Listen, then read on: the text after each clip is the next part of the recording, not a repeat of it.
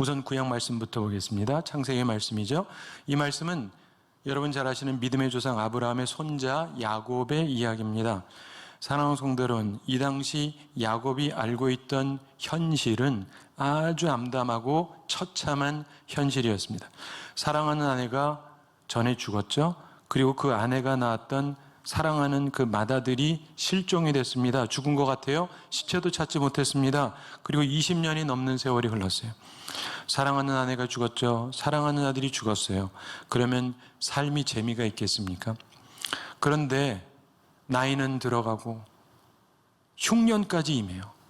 코로나19로 인한 경제 어려움보다 훨씬 심한 어려움이었습니다. 이거 온 세상이 어려웠는데 남은 가족조차도 먹고 살기가 힘들어요. 참 비참한 현실이었습니다. 뭐 좋은 일이 있을 수가 없어요. 소망이 전혀 없어요. 그런데 갑자기 하나님의 은혜가 임한 거예요. 그러면서 모든 것이 다 뒤바뀝니다. 사실 그가 알고 있었던 현실이라는 것은 실체하고는 다른 거였어요. 사실 사랑하는 아들 요셉 죽지 않았어요. 살아서 애굽 총리까지 됐습니다. 우리에게도 이럴 수가 있어요. 우리가 느끼는 것은 비참한 현실일 수 있는데 사실은 그게 아닐 수 있어요. 그 비참한 현실이 바뀌어서 넘치는 은혜로 만족하게 되었던 야곱처럼 우리도 그렇게 되기를 바랍니다. 우리는 오늘 야곱이 알고 있던 현실과 하나님께서 준비하신 실체를 비교해 보면서 우리의 삶에 전환이 찾아오게 되기를 소망합니다. 자, 우선 야곱이 알고 있던 현실을 살펴보겠습니다. 그가 알고 있던 현실에 세 가지 비참한 내용이 있었습니다. 첫째, 야곱이 알고 있었던 비참한 현실은 가장 사랑하는 사람을 영원히 잃었다는 것입니다. 그에게 아들이 12이 있었지만 가장 사랑하던 아들 요셉을 잃었습니다. 그에게 주어진 현실은 비참했어요. 가장 사랑하는 아들을 영원히 잃었기 때문입니다. 여러분 잘 아시는 믿음의 조상 아브라함 같은 경우도 하나님께서 그가 사랑하는 독자 이삭을 번제로 바치라고 하셨을 때 그는 사실상 아들을 잃은 심정이었을 겁니다. 인생에는요, 큰 슬픔이 있을 수가 있어요. 때로 하나님께서 그것을 허용하십니다. 둘째로 야곱이 알고 있던 비참한 현실은 사랑하는 아들이 처참하게 최후를 맞았다는 거예요. 아들이 죽는 것도 슬프지만 동물한테 찢겨서 죽었을 거다, 이런 소식을 들어요. 따라서 정말 비참한 현실이었습니다. 실체는 아니지만. 하여간 하나님을 잘 섬겼는데 그가 사랑하는 아들이 처참하게 죽었다는 소식을 들었으니까 이건 비참한 현실이죠. 셋째로 야곱이 알고 있던 처참한 현실은 시신도 찾지 못해서 장례도 제대로 치르지 못했다는 겁니다. 아들이 죽은 것도 슬픈데 시신도 없어요. 그러니까 장례를 제대로 치를 수가 없습니다. 따라서 그에게 주어진 현실은 정말 비참한 것이었습니다. 때로 삶에 이런 비참한 현실이 존재할 수 있어요. 그는 믿음의 사람이었습니다. 그런데 이런 일이 벌어졌잖아요. 그럴 수 있단 말이에요. 근데 이 삼중 고통, 삼중 절망, 이게 최소 20년 지나서야 이게 바뀌는 거예요. 더 되었을 수도 있어요. 학자들이 보기 따라서. 카이로스, 하나님의 때에 이 삼중 고통이 삼중 은혜로, 삼중 기쁨으로 뒤집어지면서 찾아와요. 우리에게도 이런 은혜가, 기쁨이 넘치게 되기를 바랍니다. 첫째로 은혜의 기쁨을 생각해 보겠습니다. 야곱에게 주어진 현실이 아니란 실체, 그것은 죽은 줄 알았던 사랑하는 아들 요셉이 살아있다는 거예요. 구약 본문 창세기 46장 26절 초반에 알리어 이르되 요셉이 지금까지 살아있어, 이렇게 아들들이 야곱에게 말하죠. 그가 알고 있던 정보, 현실, 사실 거짓이었어요. 죽은 줄 알았던, 다시는 볼 수 없을 줄 알았던 사랑하는 아들 요셉이 살아있어요. 그게 실체였습니다. 하나님께서 하나님의 때에 이 가슴 벅차고 숨 막히게 좋은 실체를 보여주신 것입니다. 사랑하는 성도 여러분, 하나님께서 여러분의 비참한 현실이 그게 진짜가 아니고 좋은 실체를 보여주시게 되기를 소망합니다. 성경의 예로 룻을 생각해 보세요. 룻이 결혼했는데 이게 비극으로 끝납니다. 남편이 죽었어요. 근데 이후에 이스라엘에 갑니다. 그리고 거기에서 보아스를 만나요. 그리고 결혼해서 행복하게 살았습니다. 하나님의 섭리적 만남의 축복이 기다리고 있었던 것입니다. 둘째, 은혜 기쁨으로 야곱에게 보여진 실체는 요셉이 당대 최고의 나라 애굽 총리가 되었다는 것입니다. 보면 창세기 46장 26절 초반에 알리어 이르되 요셉이 지금까지 살아있어 애굽 땅 총리가 되었더이다. 이렇게 아들들이 야곱에게 말합니다. 그가 알고 있던 정보, 현실, 그것은 사실 허상, 거짓이었습니다. 요셉은 살아있고 더 나아가서 당대 최고의 나라 애굽의 총리가 되어 있었던 것입니다. 그게 실체였던 거예요. 하나님께서 이런 귀한 실체를 우리에게도 보여주시기를 소망합니다. 바로가 보이는 친절이 16절부터 21절에 나오죠.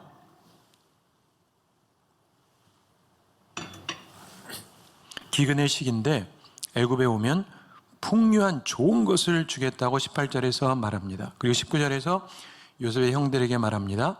너희는 애굽 땅에서 수레를 가져다가 너희 자녀와 아내를 태우고 너희 아버지를 모셔오라 이렇게 얘기합니다. 이삿짐 나를 수 있는 트럭, 타고 올 자가용 이런 거 다 보내주는 셈이에요. 그리고 20절에서 또 너희의 기구를 아끼지 말라. 온 애굽 땅에 좋은 것이 너희 것임이니라 이렇게 얘기합니다. 웬만하면 다 버리고 오세요 이런 얘기예요. 새 것으로 다 사주겠다 이런 얘기입니다. 엄청난 약속이죠. 정말 세계 최강대국의 제왕다운 말입니다. 애굽이 그들이 이주하면서 생길 수 있는 손해가 있다면 충분히 다 보상할 만큼 공급해 주겠다 이렇게 약속을 하는 것입니다. 사랑하는 성도 여러분, 우리가 이 땅을 살아가면서요 언젠가 천국에 가겠죠. 이주하는 거예요. 그때 이 땅에서의 손해 충분하게 하나님께서 다 보상해 주실 겁니다. 그걸 믿고 사시기 바랍니다.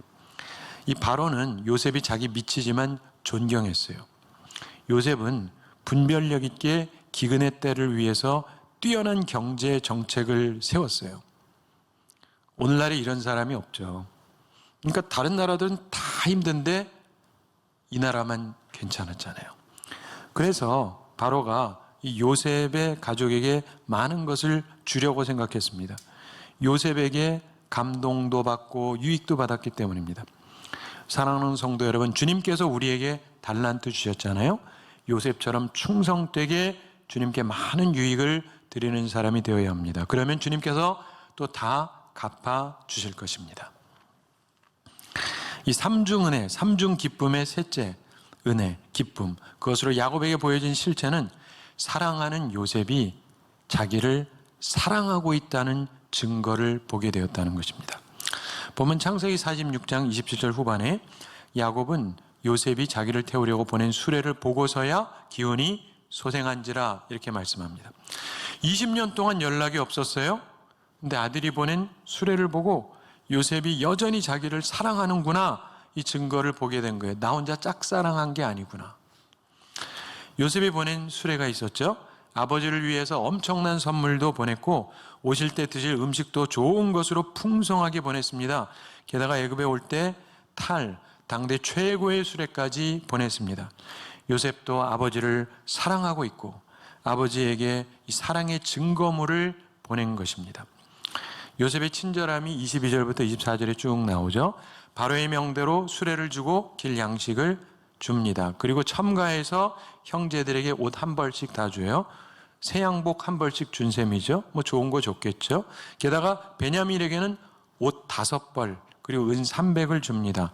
그리고 아버지에게 수나귀 10필에다가 애굽의 아름다운 물품을 가득 실려서 보내요. 그리고 암나귀 10필에다가 곡식과 떡, 양식 이것을 실려서 보냅니다. 사랑하는 성도 여러분, 현실은 너무 비참하다고 생각했지만 알고 봤더니 하나님께서 보여주신 실체는 그가 사랑하는 사람은 죽지 않았습니다. 사랑하는 아들을 하나님께서 오히려 높여주셨어요. 그리고 그 사랑하는 아들이 참으로 나를 사랑하고 있다. 이 증거를 보게 해주셨던 것입니다. 그런데 야곱이 그 기쁜 소식을 듣고 일단 믿지를 못해요. 너무 좋은 소식을 듣고는 오히려 기겁을 합니다. 26절 후반에서 야곱이 그들의 말을 믿지 못하여 어리둥절하더니 이렇게 말씀합니다. 어리둥절했다, 이 말씀이 예전 개역성경에서 기색했다 이렇게 번역을 했죠. 해석했죠. 이것은 히브리 말로 야팍이라고 하는 말인데 힘이 빠졌다, 이 말이 힘이 빠졌다. 요셉이 죽었다는 말은 예전에 쉽게 믿었어요. 근데 요셉이 살아났다는 말은 거의 믿을 수가 없었습니다. 사랑하는 성도 여러분, 우리는 흔히 희망보다 절망의 영향을 더 잘 받아요. 진취적인 의견보다 실망시키는 의견을 잘 믿습니다. 사랑하는 성도 여러분, 좋은 소식, 복음을 믿으시기 바랍니다. 그러나 사기꾼을 믿으라는 얘기는 아니고요. 그러나 실체는 믿으셔야 돼요. 근데 결국 증거를 보고서야 야곱이 믿습니다. 27절 후반을 보십시오. 야곱은 요셉이 자기를 태우려고 보낸 수레를 보고서야 기운이 소생한지라. 백문이 불여일견이다, 이런 말이 있죠. 보니까 믿길 수밖에 없어요. 아마도 당시에 최고급 수레였겠죠. 최고의 자동차, 혹은 요즘 얘기를 하자면 자가용 비행기 이런 것쯤으로 생각할 수도 있겠습니다. 그러면서 마지막 절 28절을 보겠습니다. 27절까지는요 요셉의 아버지의 이름이 야곱으로 쭉 나와요. 근데 28절에서 바뀌어요. 야곱이 다른 이름도 있죠. 이스라엘이라고, 이스라엘로 바뀌어요. 이스라엘이라는 이름은요 승리를 내포하는 거예요. 하나님과 겨루어서 이겼다, 이런 뜻으로 하나님께서 야복 강가에서 주셨던 이름이에요. 그런데 이 사람이 어려움이 자꾸 닥치니까 사랑하는 아내가 죽었죠. 제일 사랑하는 아들도 죽었죠. 그리고 20년이 더 지나가면서 나이는 들고 힘은 약해지고 경제는 나쁘고, 그러니까 옛날로 돌아가 버린 거예요. 야곱으로, 이인자로, 승리자가 아니라 패배자로 살아가고 있었던 거예요. 근데 이제 그 오랜 패배와 같은 삶에서 이제 승리의 기쁨으로 뒤바뀌는 거예요. 28절을 보겠습니다. 우리 함께 읽어볼까요? 이스라엘이 이르되 조카도다. 내 아들 요셉이 지금까지 살아있으니 내가 죽기 전에 가서 그를 보리라 하니라. 아멘. 이스라엘이라고 그러죠. 이젠 야곱이 아니에요. 이젠 살아났어요. 승자가 됐어요. 그러면서 말합니다. 조카도다. 이 말도 잘 이해할 필요가 있습니다. 이 말은 원어로 라브라고 하는 말인데 많은, 풍부한, 족한 이런 뜻이에요. 라바브라고 하는 말에서 유래한 건데 뜻은 많다, 증가하다, 커지다, 풍성하다, 무수하다, 번성하다, 더하다, 이런 뜻이에요. 다시 말해서 이 말은 나름대로 좋다 이런 게 아니고요, 정말 매우 좋다 이런 말이에요. 정말 매우 좋다. 이러한 놀라운 고백을 야곱이 하게 된 것입니다. 그의 인생에 이런 좋은 마지막이 있을 거라고는 정말 꿈에도 생각하지 못한 거예요. 하나님께서 그 택하신 백성의 마지막에 이런 만족함을 주셨어요. 이걸 바라보면서 우리도 교훈을 얻어야 돼요. 믿음을 가지셔야 돼요. 기대하면서 사셔야 됩니다. 야곱, 이스라엘이 여기서 마지막으로 얘기하죠. 내가 죽기 전에 가서 그를 보리라.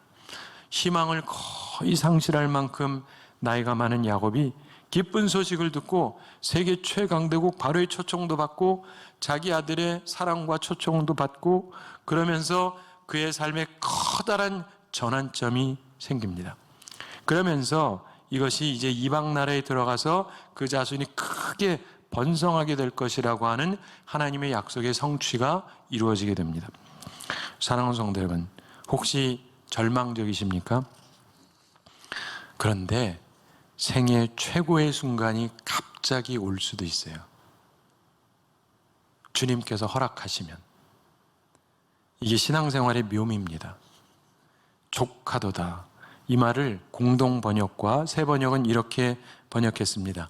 이제는 죽어도 한이 없다. 좋은 해석이죠. 말씀드렸던 대로 원어 히브리어를 보면 라브, 많은 이런 뜻인데 풍부하다, 족하다 이런 뜻이에요. 그러니까 하나님의 은혜가 많다, 하나님의 은혜가 크다, 넘친다, 족하다 이런 뜻이에요. 그래서 넘치는 은혜로 만족한 상태를 뜻하는 것입니다. 오늘 설교 제목인데 넘치는 은혜로 여러분도 만족하는 인생을 꼭 사시게 되기를 바랍니다. 사랑하는 성도 여러분, 이 야곱, 이스라엘에게 베푸셨던 주님의 은혜가 여러분에게 임하시게 되기를 바랍니다. 비참한 현실이 바뀌어서 하나님께서 만드신 실체를 보게 되기를 소망합니다. 넘치는 은혜를 체험하시게 되기를 바랍니다. 그래서 만족하게 되는 우리 모두가 되기를 우리 주님의 이름으로 축원합니다. 이제 신약 본문 말씀 잠깐 보겠습니다. 요즘은 많이 다르지만 과거에는 여성들은 거의 다 결혼했죠. 그리고 남편이 누구냐에 따라서 모든 것이 좌우됐습니다. 근데 남편이 죽은 사람을 과부라고 하잖아요. 의지했던 남편을 잃은 슬픔을 가진 여인이 있었습니다. 근데 애가 있는데 딱 하나밖에 없어요. 독자라 그러죠. 근데 이 아이마저 죽는다면 어떻겠어요? 진짜 살기 싫겠죠. 오늘 본문이 바로 그런 상황을 설명합니다. 정말 비극이에요. 남편도 잃었죠. 이제 남은 독자까지 잃어버렸습니다. 정말 살맛이 안 나잖아요. 그런데 이 여인이 예수님을 만났다는 거예요. 신약 본문 누가복음 7장 11절에서 그 후에 예수께서 나인이라는 성으로 가실새 제자와 많은 무리가 동행하더니 이렇게 말씀하죠. 그 후란 예수님께서 백부장의 종을 고쳐주신 후를 말씀합니다. 나인이라는 성, 여기는 성경에 여기에서만 나오는데 나사렛에서 남동쪽으로 한 10km쯤 떨어진 곳이고 가버나움에서 남서쪽으로 한 40km 정도 떨어진 곳에 있는데 매우 아름다운 곳이라고 합니다. 12절을 보세요. 성문에 가까이 이르실 때 사람들이 한 죽은 자를 메고 나오니 이는 한 어머니의 독자요 그의 어머니는 과부라. 그 성에 많은 사람도 그와 함께 나오거늘. 여기 보면 성문에 가까이 이를 때 하고 우리 성경에 없는 말이 있어요. 보라. 사람들이. 본래 원문에는 이두라는 말이 있어요. 그게 보라라는 뜻이에요. 이 얘기는 뭐냐면 특별히 주의를 집중하라 이 말입니다. 한 죽은 자를 메고 나오니. 여러분, 죽음은 항상 있는 거잖아요. 그런데 이 죽음은 주목해 볼 필요가 있다는 거예요. 왜냐? 한 어머니의 독자이기 때문에. 어머니 입장에서는요, 자식의 죽음은 너무 큰 슬픔이잖아요. 근데 이게 독자예요, 독자. 게다가 그의 어머니는 과부잖아요. 이미 남편을 잃은 슬픔이 있는 사람입니다. 그 사람들이 이 여인을 보면 너무 불쌍한 거예요. 그래서 위로하려고 많은 사람들이 함께 했습니다. 근데 주님과 만나는데 이게 우연입니까? 필연입니까? 혹은 섭리입니까? 하여간 뭐라고 하든 특별한 만남이면 틀림없죠. 세상 사람들 관점에서 보면 그냥 우연이죠. 왜냐하면 계획한 게 아니면 우연이라 그러지 않아요, 세상에선. 그러나 하나님은 또 모든 걸 아시지 않습니까? 따라서 우리는 우연이라고 이런 경우 쓰지 않죠. 하여간 어쨌든 간에 13절에 보시면 주께서 과부를 보시고 불쌍히 여기사 울지 말라 하시고 이렇게 말씀합니다. 이 여인의 비극적인 상황을 주님께서 불쌍히 여기셨어요.